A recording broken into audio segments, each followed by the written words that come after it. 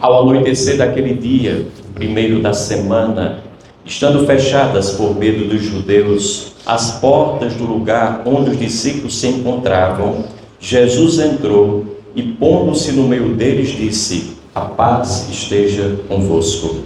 Depois dessas palavras, mostrou-lhes as mãos e o lado. Então os discípulos se alegraram por verem o Senhor. Novamente Jesus disse: a paz esteja convosco. Como o Pai me enviou, também eu vos envio. E depois de ter dito isto, soprou sobre eles, dizendo: recebei o Espírito Santo. A quem perdoardes os pecados, eles lhes serão perdoados. A quem não os perdoardes, eles lhes serão retidos. Palavra da salvação. Então, caríssimos irmãos e irmãs, permitam-me uma breve reflexão nessa manhã significativa para nós. Primeiro, que estamos reunidos, depois, porque estamos fazendo isso diante do altar do Senhor, da mesa do Senhor, e porque é dia de Pentecostes, um dia que nos introduz num caminho de iniciação, de compreensão cada vez maior e mais necessária acerca da presença de Deus em nós. A primeira coisa que eu gostaria de dizer a vocês acerca dessa festa é que é uma festa muito badalada, e ela, em algumas igrejas pelo mundo afora, em alguns grupos de oração notadamente, ela é preparada ao longo de todo o ano, e depois se faz uma semana inteira com muitas vigílias, muitas orações e adorações. Depois a missa vespertina, a vigília vespertina, para chegarmos propriamente ao dia de Pentecostes. O que eu quero dizer para vocês é que o Espírito Santo não depende de nenhuma dessas coisas que nós eventualmente fazemos. Porque às vezes a impressão é de que nós solenizamos tanto que nós que não estamos dentro dessas solenidades podemos nos considerar fora da presença, do raio de ação do Espírito Santo. Nada mais equivocado quando alguém pensa assim. O Espírito Santo não é alguém ou algo que vem para nós porque nós pedimos, clamamos a que Ele venha. Não. E por uma razão muito simples, porque Ele já veio, Ele já está presente, Ele já está em cada um de nós, Ele já está no mundo inteiro. O que nós precisamos é apenas despertar para isso, para a sua presença em nós, e criar as condições necessárias dentro de nós para que Ele possa efetivamente se fazer presente e atuar no mundo. Essa é a única coisa necessária. O Espírito Santo, Deus é como a luz do dia. Basta abrir a janela e a porta da casa da gente quando clareia o dia, que a claridade entra, já está lá. É possível que muita gente fique insistentemente com portas, janelas e cortinas fechadas até às 10 da manhã. Para essas pessoas, apesar do dia estar claro lá fora, continuará sendo noite. Continuarão dormindo. Não despertaram, mas é uma questão de opção pessoal. A claridade veio para elas também, igualmente para todos. É como o silêncio.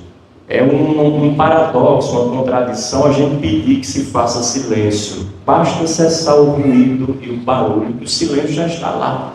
O silêncio é a condição básica, primordial, ele é anterior a todas as demais condições que nós vamos criando e interpondo entre Ele e nós.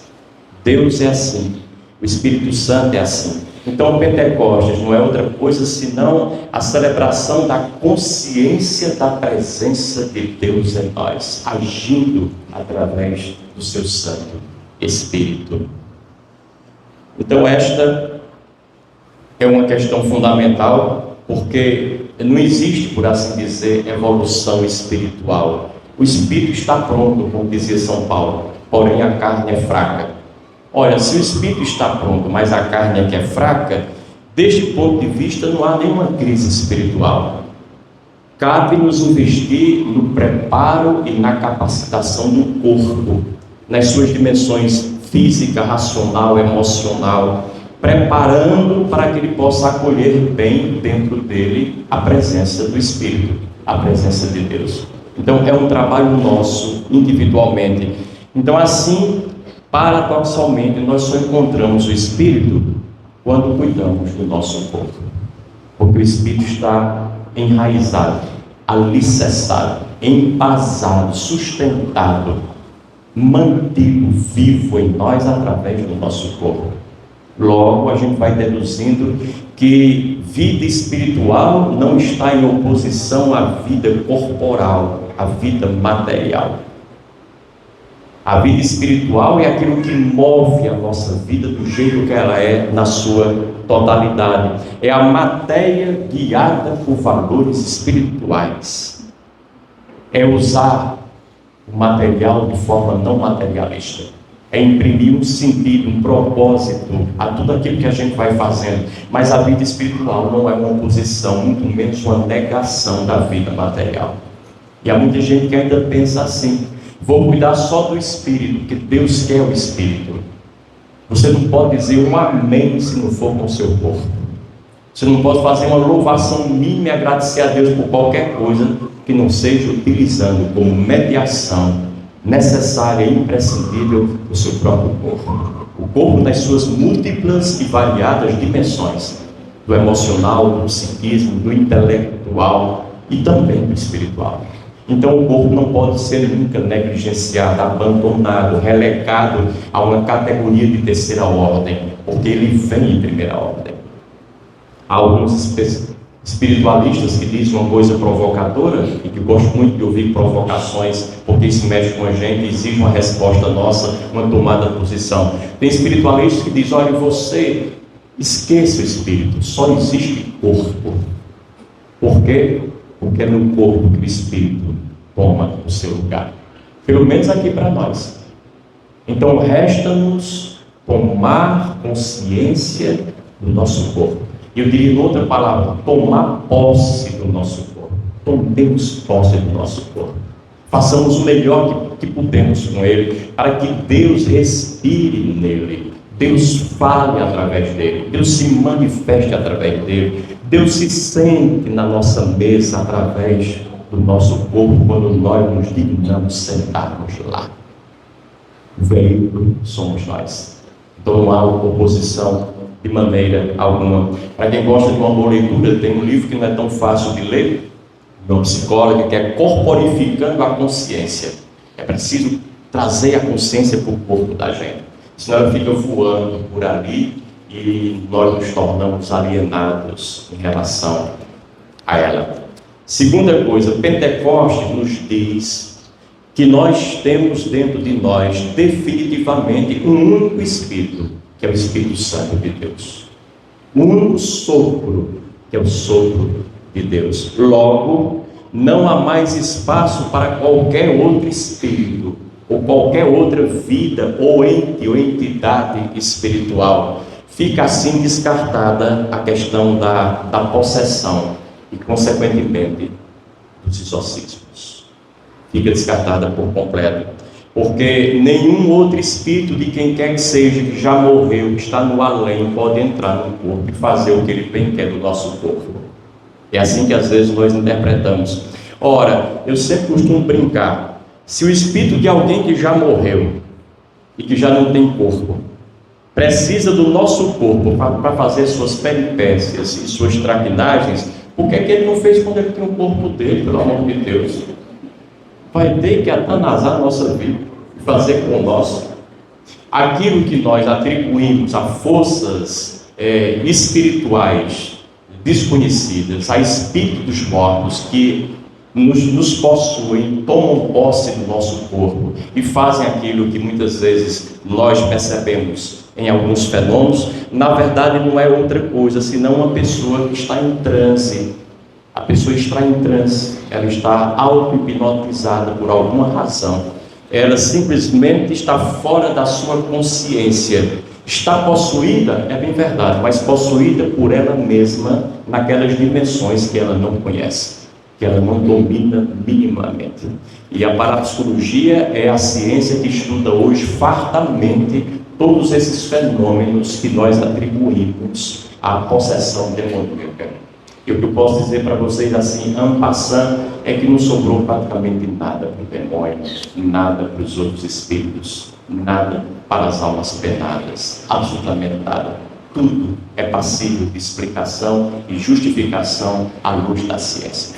Temos que evoluir um bocado ainda, a igreja ainda está se arrastando nesse nível, porque nós sabemos que a igreja é uma instituição milenar, muito pesada, e para que ela dê um passo, às vezes demora um bocado. Assim como nós, quando estamos pesados demais, com excesso de peso, andamos muito lentamente. Com a igreja não é diferente, mas que a ciência já evoluiu para além daquilo que são os nossos pressupostos antigos e firmados e conhecidos. Isso sim, já evoluiu. E nós temos que evoluir com quem evoluiu. Temos que chegar o mais possível próximo daquilo que Deus espera de nós, a nível de uma compreensão mais clara e lúcida acerca da vida e dos fenômenos todos relativos a ela. Esse é o segundo ponto. O terceiro, o Espírito Santo sopra onde quer. Nós já ouvimos muito isso, graças a Deus. O Espírito Santo vem para todos, porque o ar que o Papa Leão respira é o mesmo ar que nós respiramos. Todas as pessoas respiram. O sopro de Deus que gera e mantém viva a sua chama em nós é o mesmo. Ele é transversal a toda a humanidade, sem exceção. Então é importante dizer que o Espírito Santo não é propriedade exclusiva de nenhuma igreja, de nenhuma fé, de nenhuma religião, de nenhum agrupamento, de nenhuma instituição. A religião é apenas uma forma específica, devidamente situado, da gente encarnar a espiritualidade. E ela propõe a espiritualidade para que nós possamos vivê-la, mas não é a única maneira, não é a única instituição, não é o único caminho que Deus tem, porque Deus não é pobre como nós o somos. Ele é riquíssimo em possibilidades. Então, quando a gente pensa que Deus está só do jeito da gente, só dentro da vida daqueles que leem na nossa cartilha, que professam a nossa fé e que caminham pisando onde nós pisamos, nós nos equivocamos redondamente. Deus encontra variadas, múltiplas, infinitas formas de fazer-se presente no mundo e nas pessoas, independentemente da profissão de fé que elas tenham, ou da ausência total dessa mesma fé, pelo menos no mundo aparente. Então, o Pentecostes não deve ser utilizado por nós como uma coisa nossa, e somente nossa. Não pode ser usado por nós para justificar ou confirmar a fé cristã, a nossa fé católica e a fé dos seus adeptos. Não. Podemos utilizá-la para nos confirmar nela, mas não de forma exclusiva. Não podemos nos fechar e dizer: o Espírito Santo está comigo, está conosco, é propriedade nossa. Graças a Deus que Deus não se deixa aprisionar por nenhum de nós, por nenhum conjunto de normas, de leis, de estratégias, de dogmas, de verdades ou coisas que o valham. Ainda que essas coisas todas tenham sentido, sejam importantes, sejam grandiosas, correspondam à verdade, mesmo assim, Deus está sempre acima, está sempre a mais. E é para Ele que nós todos vamos, nós católicos e os outros todos que não são, e os outros todos que escolheram outra fé para professar. Então o Espírito Santo, ele foi soprado igualmente para toda a humanidade. É um dom de Deus, pelo menos potencialmente dado a todas as pessoas do mundo. Não apenas a 1.400.000.000 de católicos, porque é isso que nós somos agora, nem para 2,3 bilhões de cristãos. Foi dado para 8 bilhões de pessoas, porque é essa a quantidade de habitantes na face da terra.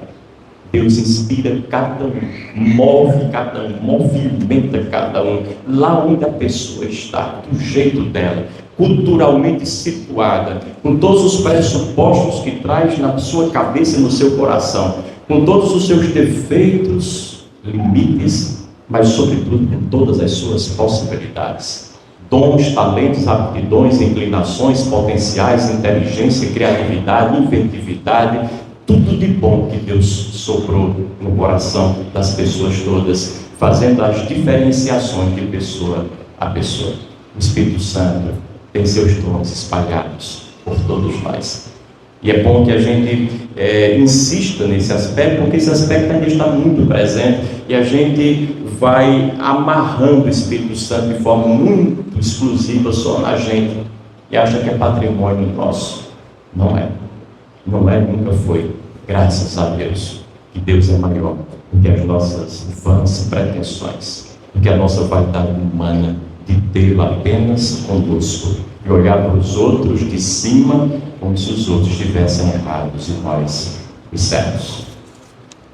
Nesse sentido, temos a quarta coisa importante, é que a ascensão que nós celebramos domingo próximo passado, o tempo de Jesus acabou. Nos diz que a missão de Jesus chegou ao fim. E Pentecostes, que nós celebramos nesse domingo de hoje, diz que começa o nosso tempo, começa a missão do Espírito, o nascimento da igreja. E como cada um de nós, a igreja viva, é templo do Espírito Santo, esse é o nosso tempo. Esse é o nosso tempo. Ou seja, nós não podemos mais agir a partir de hoje segundo o modo de Jesus, o modo de Cristo, há 2000 anos atrás. Temos que agir segundo o modo do Espírito. E, nesse sentido, o desafio é superar o modo de agir de Cristo, porque o Cristo da Bíblia é só uma lembrança boa que passou, ficou há 2000 anos atrás.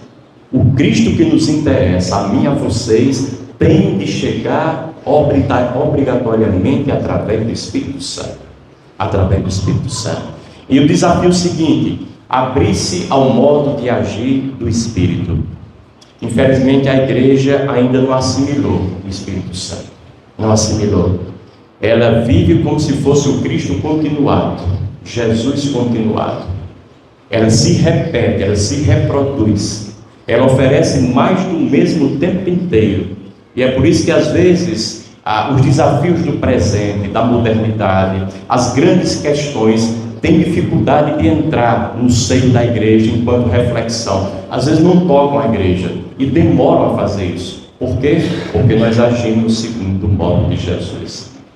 O modo do Espírito nos coloca aqui agora frente à vida, com o mesmo potencial e discernimento, tirocínio que Jesus Cristo teve e manifestou ao longo dos seus dias há 2000 anos atrás. Então eu repito, a igreja vive como se fosse o Cristo continuado. É mais cômodo, é mais seguro seguir aquilo que a gente já conhece. Nós não sabemos falar do Espírito, nós não sabemos falar da atualidade, falamos do passado, que nós já dominamos. É assim que acontece em relação ao Espírito Santo, no tocante a todos nós. Vejamos as diferenças aqui. A missão de Cristo é distinta da missão do Espírito, ainda que sejam pessoas da mesma Trindade, naturezas da mesma Trindade, mas a missão de um é diferente da missão de outro. Elas são complementares, mas são interdependentes. Por exemplo, no Cristo, Deus é enviado a uma só pessoa. A quem? A Jesus. Deus está ali.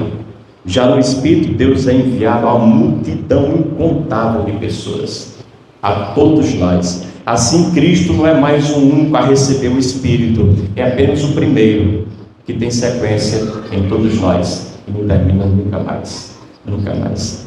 Segunda diferença: em Cristo, Deus se faz ser humano na pessoa de Jesus. No Espírito, é o ser humano que se faz Deus, divino, iluminado. Tem aquela palavra que os hindus dizem quando se encontram uns com os outros na rua, depois de uma breve reverência, Namastê, em sânscrito, que quer dizer o Deus que há em mim, saúda, se alegra diante do Deus que há em você. A partir do Espírito Santo, Deus há em todos nós. Deus habita todos nós. Não tem mais ninguém fora da sua ação, do seu raio de atuação. Então o Espírito Santo resgata essa identidade real de todos nós, que é a eternidade, e nos dá a verdadeira cidadania, que é uma cidadania espiritual. E continuamos. No Cristo nós somos chamados a imitar Jesus. É por isso que Jesus Cristo disse: é bom que eu vá, estou já morrendo e é bom para vocês, porque se eu não for, vocês não vão receber o Espírito Santo. É como se Cristo quisesse dizer, alertando os discípulos de ontem a nós de hoje: se eu não for, se eu ficar aqui presente a vida inteira, vocês ficarão todo o tempo só olhando para mim, querendo fazer como eu faço, querendo reproduzir as minhas palavras e as minhas atitudes. Mas se eu for e deixar com vocês o Espírito Santo, como de fato o farei, aí vocês poderão fazer do jeito de vocês, dizer as palavras de vocês, e nem por isso estarem contra mim, porque eu estarei na pessoa de cada um, diverso como vocês são diversos. E essa é a maravilha, a grandiosidade da presença do Espírito Santo em nós. E a imitação é sempre uma falsificação barata do modelo original, nós sabemos disso. Devemos evitar toda e qualquer imitação. Por isso que Jesus nunca quis imitadores, ele sempre quis seguidores. E para realizar esse segmento, nós precisamos olhar menos para o Jesus de 2000 anos atrás e ativar em nós, de uma vez por todas, o Jesus que nos habita aqui e agora, na presença do Espírito Santo, que ele fez questão de deixar-nos. É esse o Cristo que de fato nos quer colocar em movimento. Ou seja, não vivamos da nossa memória, vivamos da nossa inteligência, do nosso tirocínio, vivamos da nossa imaginação, porque a memória nos arrasta inconfundivelmente para trás, nos prende lá em algum lugar do passado, e a imaginação, subsidiada pela inteligência, nos lança para o futuro, e nós sabemos, pelo ditado popular, que é para frente que se caminha. Caminhemos para frente e deixemos empurrar, notadamente pelo Espírito Santo em nós. Depois, no Cristo, só há um caminho para Deus, que é Jesus. Já no Espírito Santo que ele soprou sobre nós, não existe apenas um caminho para Deus. Há milhões, bilhões de caminhos e formas diferentes da gente chegar até Deus. Cada pessoa vai criando o seu próprio modelo, e quanto mais original essa pessoa for, mais perto de Deus ela está. Quanto mais imitadora dos modelos antigos, mais distanciada de Deus ela vai igualmente estar. Nós temos que reproduzir de forma diferente a presença de Deus em nós. Depois, e aqui estou afunilando a nossa reflexão, chegando, ao meu ver, ao momento mais importante. Nós somos hoje, eu e vocês, a mais nova, a mais recente edição de Jesus Cristo na face da terra. Uma edição totalmente revisada, totalmente ampliada, atualizada e adaptada aos tempos presentes. Pecar contra o Espírito Santo é virar as costas para essa realidade e ficar no Deus do Antigo Testamento, quando muito no começo do Novo Testamento, e não querer trazê-lo para o mundo de hoje, aqui e agora. Ou seja, pecar contra o Espírito Santo é viver uma vida fútil, banal, mesquinha, apequenada, quando nós fomos capacitados para muito mais, porque temos esse Espírito Santo dentro de nós e vivemos como se não o tivéssemos. Ora, se em nossa vida, e eu já disse isso para vocês e repito, nós não fizermos aquilo que não somos capazes de fazer, está tudo ok, está tudo bem. Mas se nessa vida nós deixarmos de fazer aquilo que fomos capacitados para fazer, exatamente pelos dons do Espírito Santo que recebemos do próprio Cristo e de Deus, a nossa existência será provavelmente muito desastrosa. Estará nadando contra a corrente do próprio Deus. Então esse é o apelo de Pentecostes: fazer tudo o que temos capacidade para fazer. E lembrem-se, sempre podemos mais do que achamos que podemos. Sempre superamos os nossos limites e as nossas limitações. Ter a consciência das possibilidades muito mais do que a consciência viva dos limites e das dificuldades. Isso é celebrar Pentecostes para valer. E infelizmente nós fomos educados com a ideia de que o contentamento com a vida é tudo que uma pessoa tem que ter na sua vida. Repito, fomos educados com a ideia de que o contentamento com a vida que temos é uma das maiores virtudes que um ser humano pode ter. É como se a felicidade consistisse em ficarmos satisfeitos com a vidazinha que nós levamos e com as coisas que nós já alcançamos nela. E as palavras são as mais diferenciadas. Eu não preciso de mais nada na vida, só tenho mesmo é que agradecer. Tá bom o que eu já conquistei. Já cheguei num ponto que não ambiciono mais qualquer coisa, qualquer evolução. Agora é só viver da graça de Deus. E às vezes vive mais 30 anos sem fazer absolutamente nada, porque se contenta com os limites exíguos daquilo que já alcançou. Não ousa fazer absolutamente qualquer coisa diferente. Ora, isso é verdade até certo ponto. Contentar-se com o que nós temos, com o que nós já alcançamos, do ponto de vista da fisicalidade da vida, da sua dimensão material, vai lá, é uma coisa importante, é uma regra razoável, a qual nós devemos ter sempre presente diante de nós. Ou seja, em se tratando das minhas aquisições materiais, nós precisamos estabelecer limites, adquirindo apenas aquilo que nós necessitamos. Por exemplo, na mesa, na hora do almoço. O almoço pode estar maravilhoso, o prato pode ser do nosso gosto. Entretanto, a gente tem que ter um limite. Vai comer até certo ponto, depois já repousa garfo e faca ali, e senão o corpo arrebenta. Em todas as coisas materiais a gente tem que pôr limites e se contentar, satisfazer-se com aqueles limites, senão a vida não funciona, ela se torna simplesmente inviável. Eu conheci um empresário que ganha milhões por mês com os seus investimentos e sabia da vida simples dele. E, na verdade, ele dizia que daqueles milhões que ele ganhava, reservava um titinho de nada, digamos 1, 2, 3%, para a sua vida e para a sua família, que era o que ele precisava. Era aquilo de que necessitava. Agora o resto ele continuava ganhando e movimentando em função do mundo e da vida, produzindo riqueza para ajudar mais e mais o desenvolvimento da humanidade. Uma consciência plena dos limites que nós estabelecemos e que dizem respeito puramente à nossa fisicalidade. Mas, ao mesmo tempo, quando ultrapassamos esses limites, já não é uma coisa mais física e material só para mim, para o meu bel prazer, agora em função da humanidade inteira. Aí isso já é uma decisão espiritual, ultrapassa os limites da minha fisicalidade. Porém, isso não deve acontecer na dimensão espiritual. E é aqui que eu chamo a atenção de vocês. O nosso corpo psíquico, emocional, intelectual, espiritual, propriamente dito, não pode ter limites.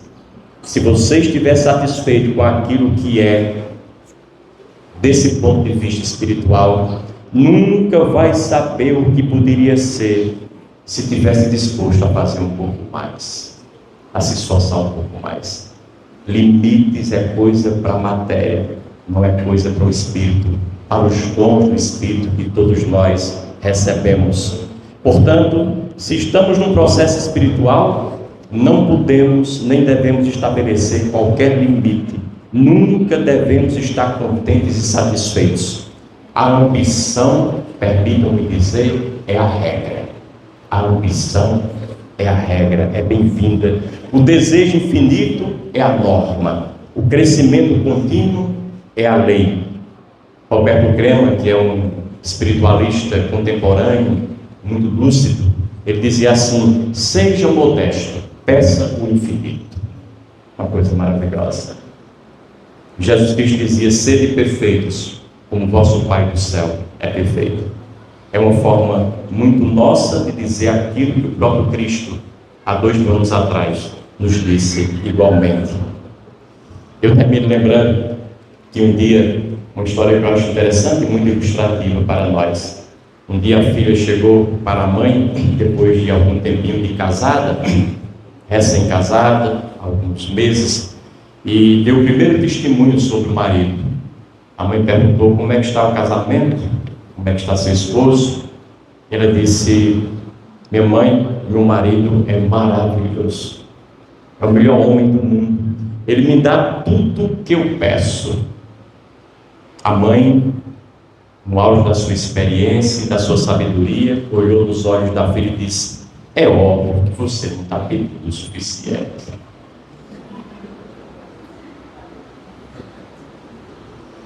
Quando a gente diz para a vida que já recebeu tudo da vida, tudo que eu pedi à vida, ela já me deu. É óbvio, está na cara que você não está pedindo o suficiente. A vida pode dar muito mais, em termos de possibilidades. E essas possibilidades não cessam nunca. O limite é o infinito. As fronteiras beiram ali as demarcações entre a terra e o céu. Nós temos muito tempo para chegar perto dessas fronteiras. Nesse sentido, o nosso problema não é a ambição, é precisamente a falta dela. Quando se trata de querer mais e mais da vida e de crescer com ela.